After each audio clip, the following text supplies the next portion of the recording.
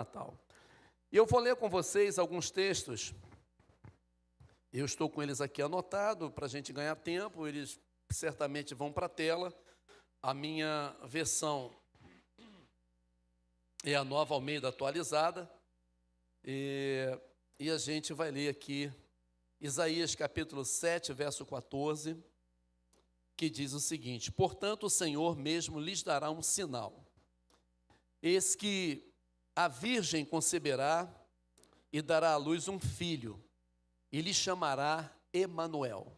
Segundo o texto, Isaías 9,6, o que lemos na abertura do culto: porque um menino nos nasceu, um filho se nos deu, o governo está sobre seus ombros, e o seu nome será Maravilhoso Conselheiro, Deus Forte, Pai da Eternidade, Príncipe da Paz. O terceiro, Mateus 1, de 21 a 25, que diz: ela dará à luz um filho, e você porá nele o nome de Jesus, porque ele salvará o seu povo dos pecados deles. Ora, tudo isso aconteceu para se cumprir o que foi dito pelo Senhor por meio do profeta: eis que a virgem conceberá e dará à luz um filho, e ele será chamado pelo nome de Emanuel. Emanuel significa Deus conosco.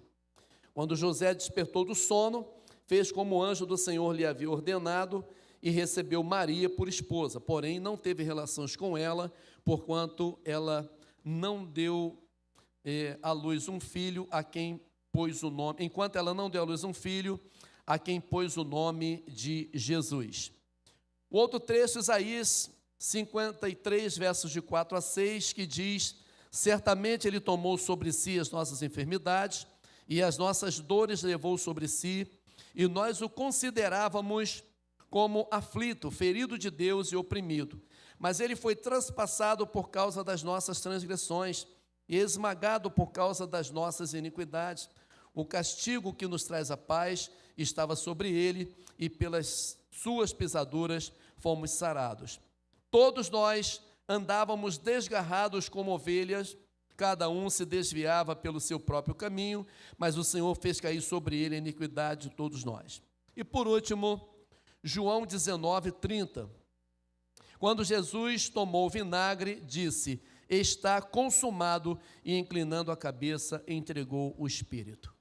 Se você observou, esses textos vieram numa progressão temporal e numa progressão histórica, desde o profeta Isaías, como disse no início, cerca de 700 anos, falando sobre o nascimento de Jesus, e em seguida Mateus dando o fato aí da anunciação.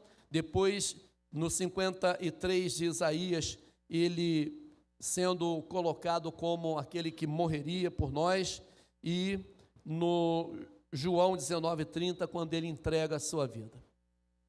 Então, o que tem em comum entre esses textos? Eu lhes digo, o que tem em comum entre esses textos é que todos tratam da mesma pessoa, Jesus.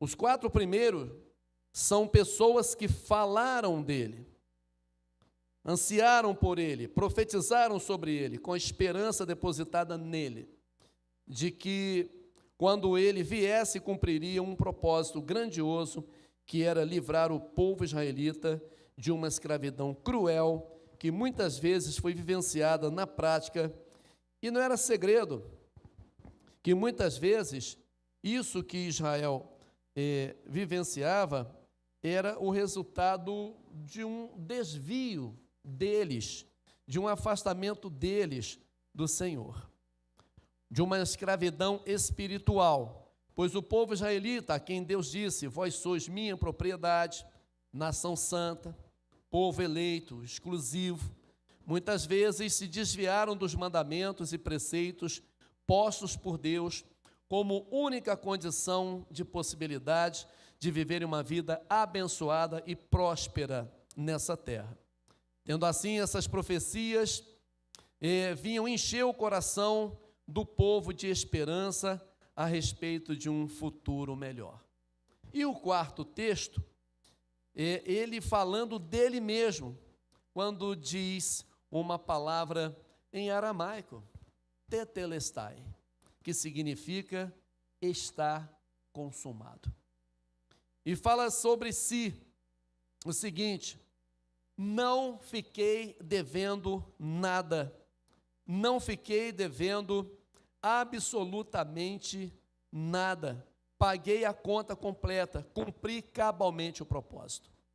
Natal é muito mais que essas luzes piscando, muito bem encenado aqui, o nosso palco, cenário, né, espetacular, muito bem posto, uma mesa com comida, bebida, um brilho, né, os presentes, toda a alegria, essa dinâmica do Natal, que eu acho lindo, eu acho bonito, eu gosto de luzes, gosto de cores, enfeito o meu jardim todo ano, coloco luz em todo o jardim, fica bonito, o pessoal tira foto, é uma maravilha. Tudo bem, nós não estamos proibidos de fazer isso. Mas eu queria que você então desse agora um stop nessa imagem do Natal, congelasse ela e venha para uma outra realidade. A realidade do Natal perfeito. Esse menino que nasceu, ele cresceria. Ele não seria mais esse menino na manjedoura, no meio dos animais, recebendo a visita dos magos do Oriente, vivenciando essa história que relatamos como Natal. Então, congelou a imagem? Vamos para uma realidade importante.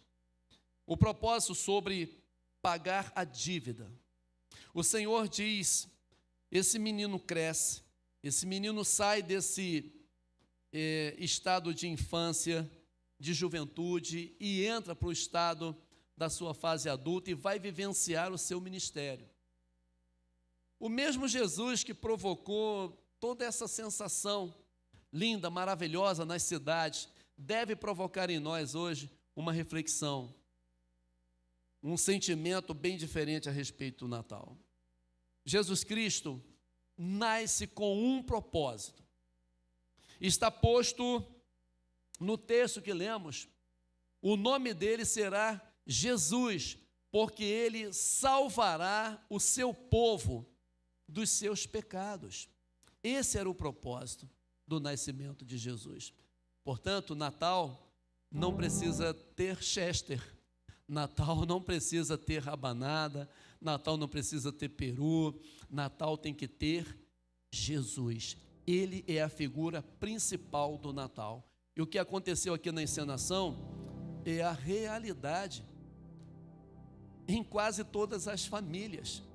Eu estou dizendo desde o início do mês, eu não tenho nada contra a troca de presentes, mas eu não vejo sentido na troca de presentes.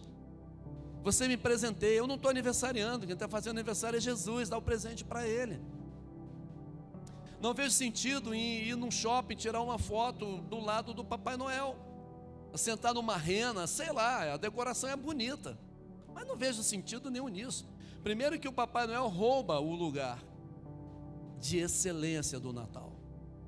Se o Natal verdadeiramente fosse vivenciado como ele tem que ser, nós nunca colocaríamos um Papai Noel pendurado na nossa janela, uma botinha na nossa janela, uma escadinha com aquele velhinho escalando a chaminé, porque não faz sentido. Nós colocaríamos na nossa celebração de Natal um presépio.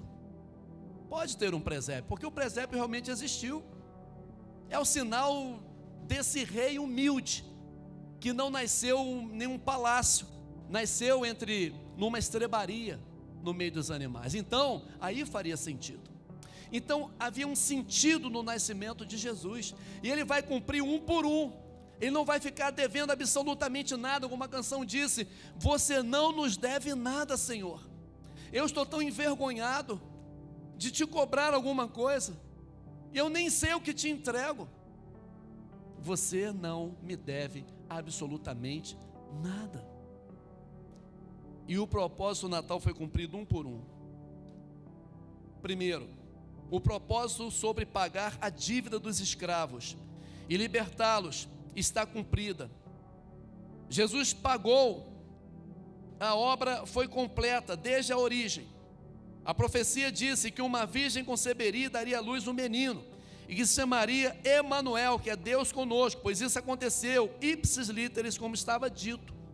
Deus se fez carne e habitou entre nós. O Verbo se fez carne e habitou entre nós. O Deus Emanuel se fez presente, se cumpriu o propósito. O propósito sobre salvar a humanidade, que foi dito lá, ele será chamado Jesus porque salvará o povo.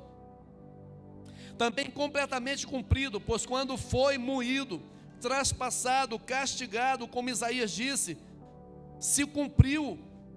Não há mais ninguém sujeito à condenação, a não ser quem queira ser, por livre e espontânea vontade, ser condenado. Porque a salvação que Jesus Cristo providenciou na cruz está acessível a todas as pessoas no mundo inteiro. Quando ele nasceu com esse propósito de salvar a humanidade. Então ele precisava chegar até a cruz e dizer: está consumado, para que todas as nações, todas as tribos, línguas, raças e nações soubessem: há salvação para todos nós em Cristo Jesus.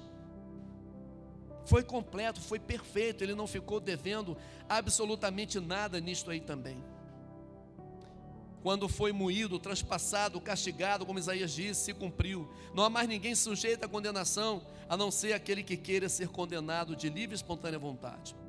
O propósito de anular o aguilhão da morte, que é o pecado, ele também cumpriu.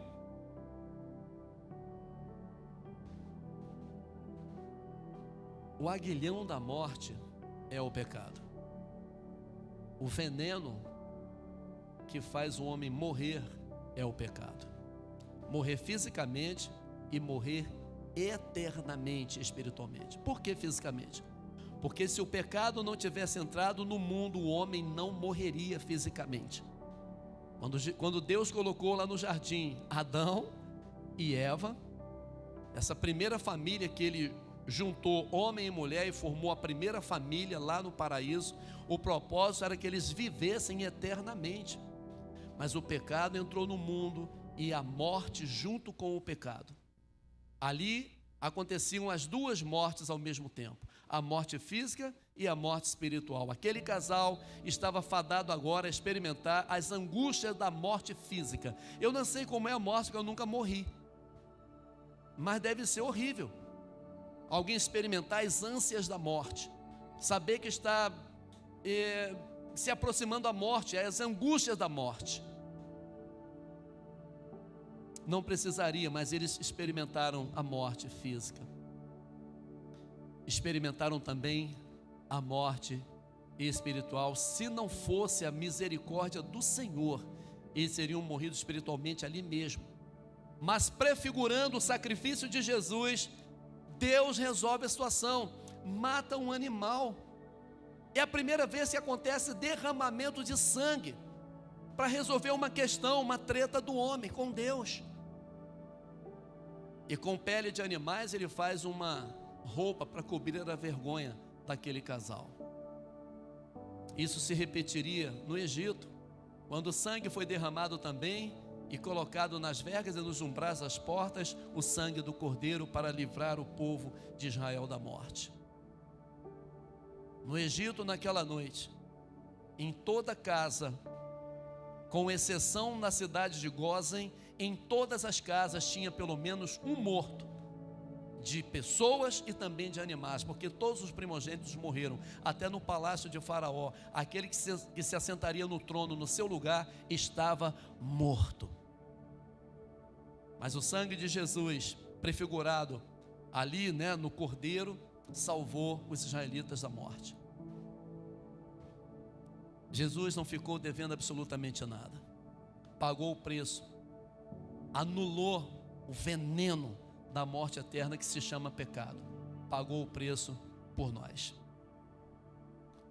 Ele venceu Satanás quando da tentação no deserto, quando a palavra da boca de Deus foi seu alimento e a sua arma para vencer.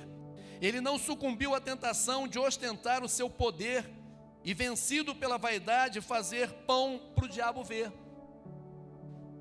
Ele venceu o diabo ali no deserto, dizendo para mim e para você: vocês também vencerão em mim, por mim, através de mim, a Satanás.